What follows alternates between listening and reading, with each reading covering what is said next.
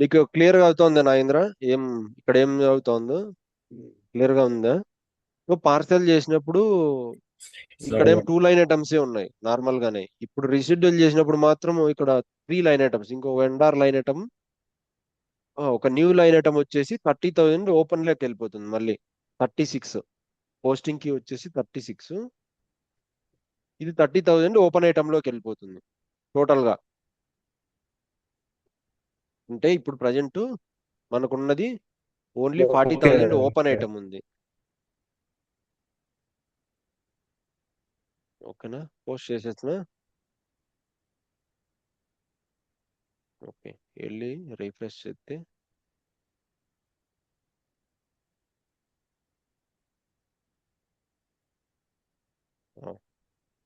So ఇప్పుడు open item only 30,000 అనే ఉంది కేజెడ్. మనకు 40,000 సంబంధించింది ఈ ఓపెన్ ఐటమ్ లో లేదు. ఆల్ ఐటమ్స్ తీసుకుంటే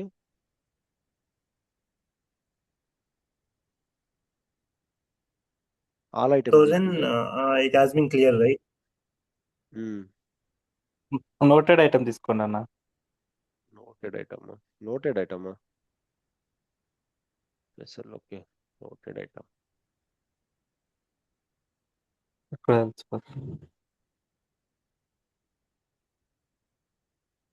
అన్ని సెలెక్ట్ చేయకోకుండా ఓన్లీ 9,000 ఇన్వాయిస్ ఒక్కటే ఓపెన్ చేయండి, అప్పుడు క్లారిటీ వస్తుంది.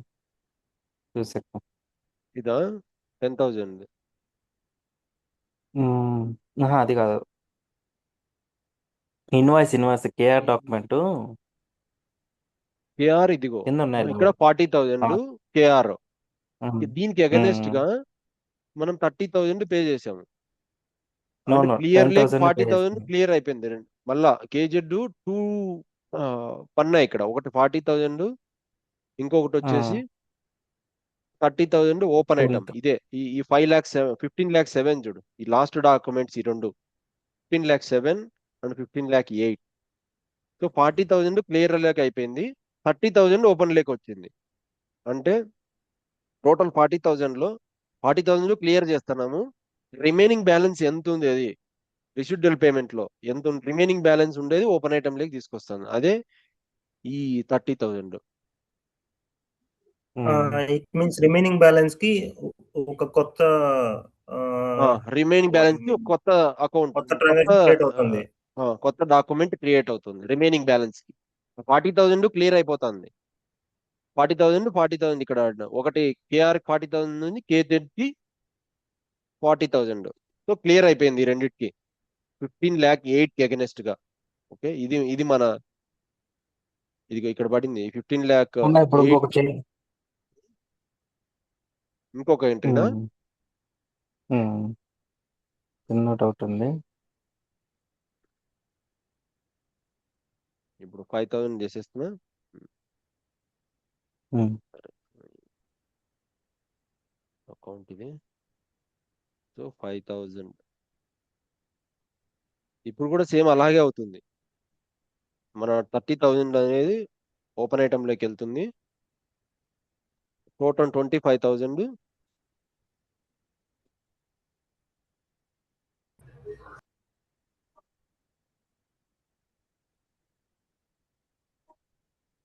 సో ఇది మన 36 ఓపెన్ ఐటమ్. ఆ, ఇక్కడ డబుల్ క్లిక్ ఇవ్వమండి, 25,000 ఓపెన్ లేక్ వస్తుంది. అవును.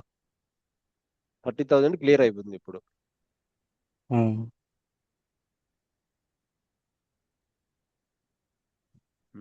మళ్ళీ మళ్ళీ అదే చెప్తా ఉంది, ఎక్స్చేంజ్ రేట్ ఇన్కంప్లీట్ అని. దానికి సంబంధం ఏమైనా. ఓకేనా? ఇదేంటో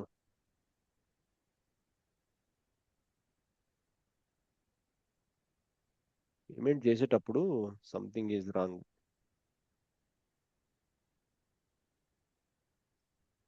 డిఫరెన్సెస్.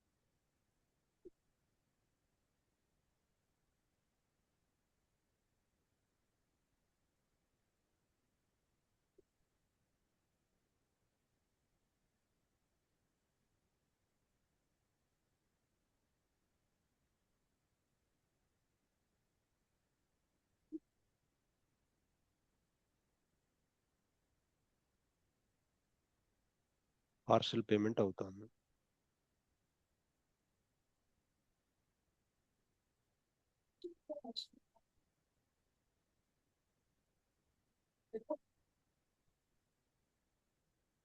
అగైన్ పార్షల్ పేమెంట్ అవుతుంది. రిషెడ్యూల్ పేమెంట్ ఏంటి ప్రాబ్లం ఏంటి? అక్కడ ఏమైనా పోస్టింగ్ పీరియడ్ చేంజ్ చేసానా 3 అట్లా? పోస్టింగ్ పీరియడా?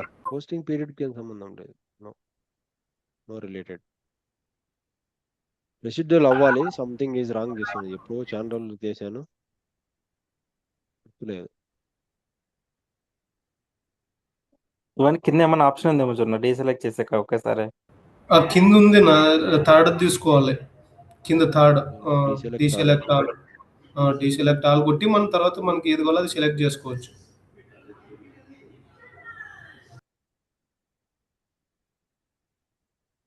ఇంతకుముందు ఇలాగే చేసాంగా. రిషెడ్యూల్ పేమెంట్ అక్కడ అది రెడ్ అయ్యింది. కలర్ లో రాకూడదునా? రెడ్ కలర్ లో వచ్చినా నో ప్రాబ్లం. మనకు రెడ్ కలర్ లో ఇందాక చేసినప్పుడు రెడ్ కలర్ లో వచ్చింది.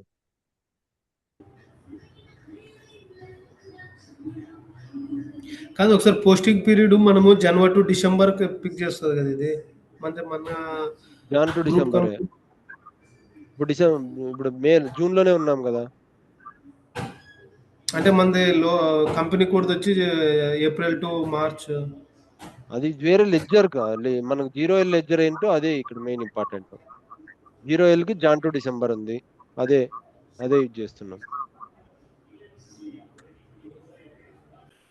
ఒకవేళ అట్లున్నా ఓపెన్ లో లేదు, అది ఇదేనా వచ్చేది.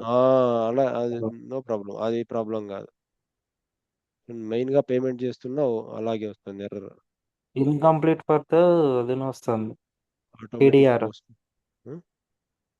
కేడిఆర్ అనే వస్తుంది. మనం ఎక్స్చేంజ్ రేట్ అసలు దాని గురించి యాక్టివేట్ చేయలే కదా మన కంపెనీ కోడ్కి. కాన్ఫిగరేషన్ చెక్ చేద్దాం ఒకసారి. Period processing, valuation method, valuation area.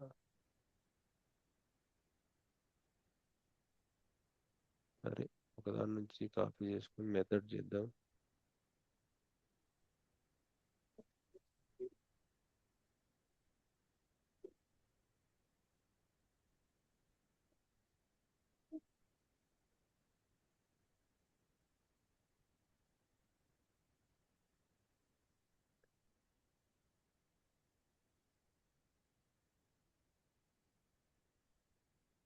ఇదేం లేదు కదా. ఇన్వెంటరీ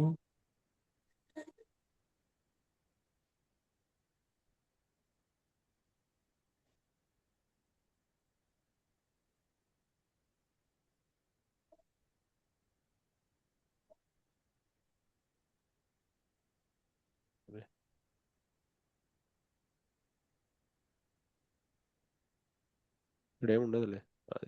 అది time dependent. Define valuation area. Valuation area ఇప్పుడు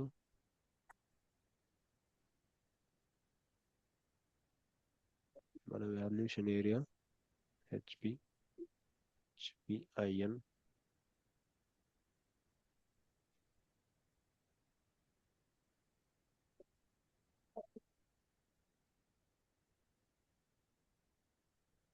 currency type pen. Okay,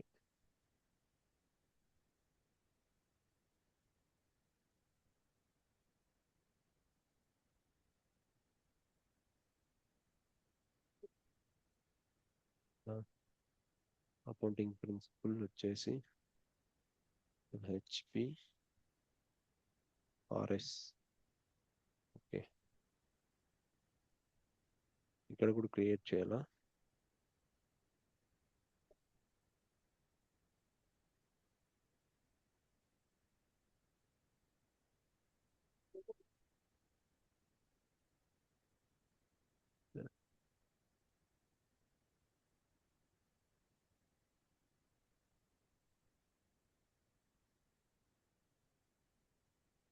already ఉంది.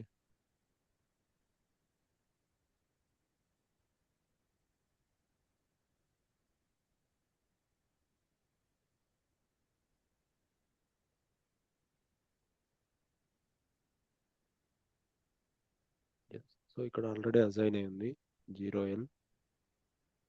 ఓకే, మన వాల్యుయేషన్ ఏరియా హెచ్పి, ఇది వచ్చేసి హెచ్పిఆర్ఎస్. Okay,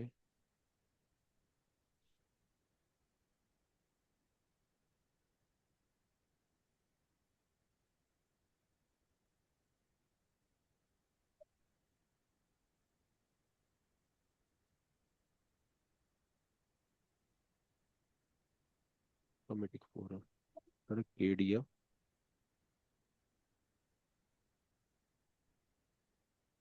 INR,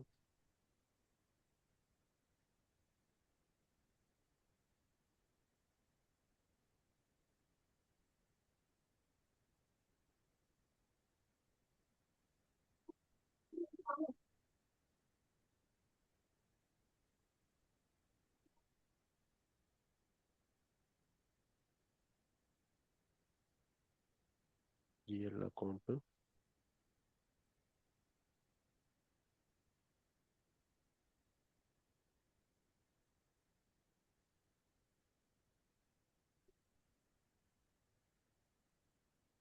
currency INR, currency valuation type వచ్చేసి హెచ్పినా, హెచ్ఆర్. కాదు కాదు, పెన్ అనుకుంటా, కంపెనీ కోడ్ కరెన్సీ. ఓకే, ఇక్కడ లాస్ గెయిన్ ఇక్కడ ఇవ్వాలనుకుంటా, exchange rate difference, GL accounts కావాలి, బ్యాలెన్స్ షీట్ చేయాలి.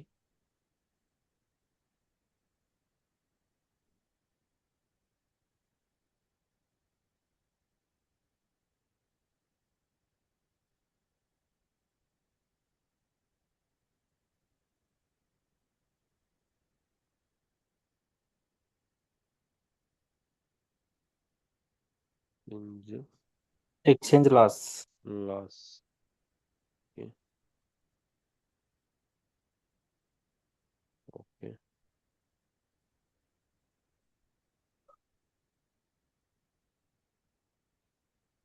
దీనికి పోస్ట్ ఆటోమేటిక్గా వస్తుంది అన్న. పెట్టుకోవచ్చు, బట్ ఇవ్వకుండా నో ప్రాబ్లం.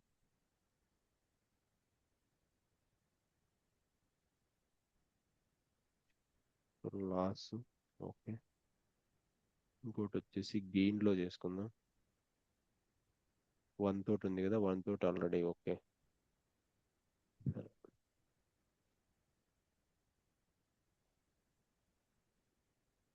ఎస్బీఐకే మార్చేయండి అంతే కదా. Description. ఎస్బీఐ కాదు, దీనికి మార్చేద్దాం. 1 కదా.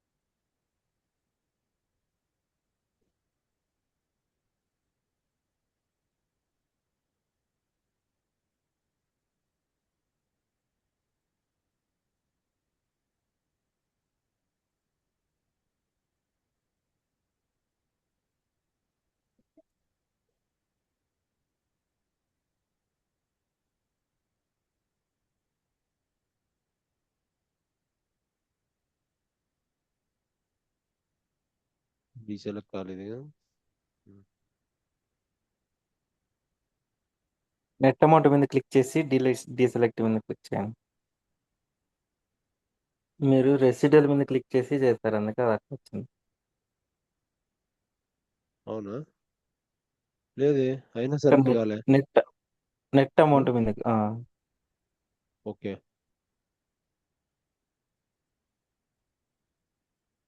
పైన పైన ఇప్పుడు డీసెలెక్ట్ చేయండి. అవ్వట్లేదా? టిక్ మార్క్స్ వర్ రిమూవ్డ్.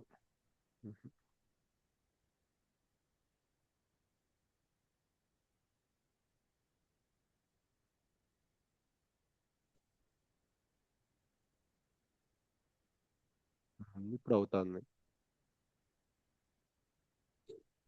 ఇన్కంప్లీటా? ఇంకా ఏంది ఇన్కంప్లీట్?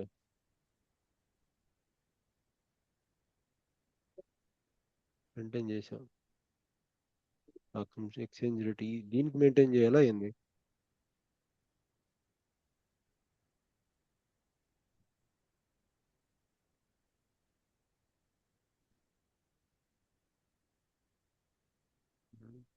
సిఎక్స్ సిఎక్స్ అని అడుగుతుంది. ఏంటది?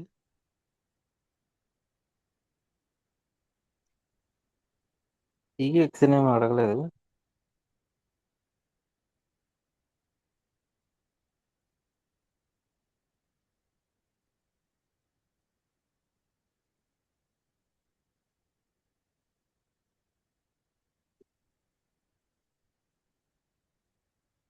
రేపు మనకు ఇన్వెంటరీస్ కూడా లేవే. ఇదేంటో అసలు అర్థం కాదు. Documents fit for currency exchange. Document fitting.